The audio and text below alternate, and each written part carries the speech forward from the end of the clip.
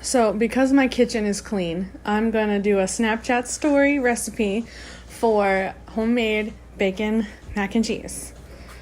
We got our macaroni, our almond milk because we don't do dairy. We got Velveeta cheese.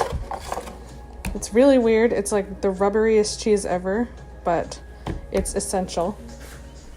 And then over here we've got our pot of water ready to boil the pasta. That's for the bacon. And then I'm going to combine it all in here. I'm going to make the cheese sauce in here. This is an Instant Pot.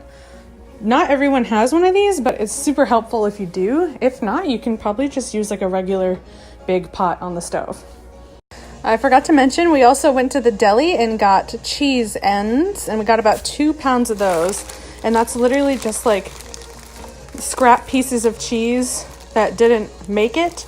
So they're all perfectly fine. It's just an assortment of many different cheeses. And we're going to use that in our cheese sauce. I've recruited Alec's help. He is stirring the mac and cheese, and that pot is way too small for all that mac. Yeah. But it's okay. I've cubed up my cheese. You don't have to do it with the slices. But if there's any big chunks in there, you got to cube them up.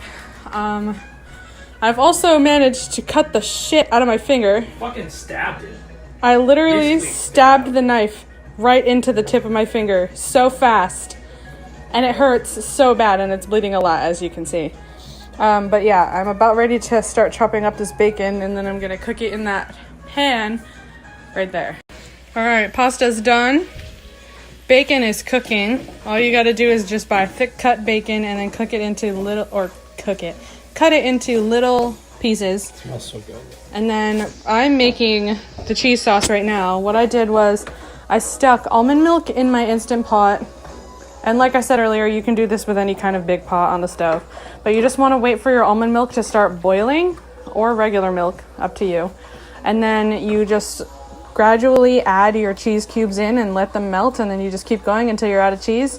And I added some seasonings. I added garlic, I added paprika, I added chili powder, and then salt and pepper.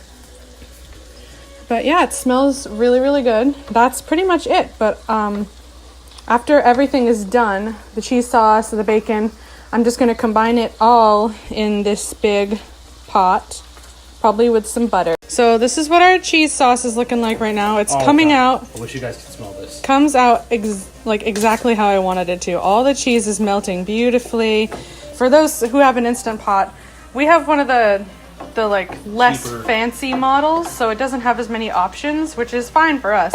But I just put it on the slow cook mode, which seems to be doing just fine.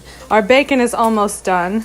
The noodles are still waiting patiently to be added, but once they are, this is going to just be a magical medley of cheesy bacon goodness. All right, so this is what it ended up looking like.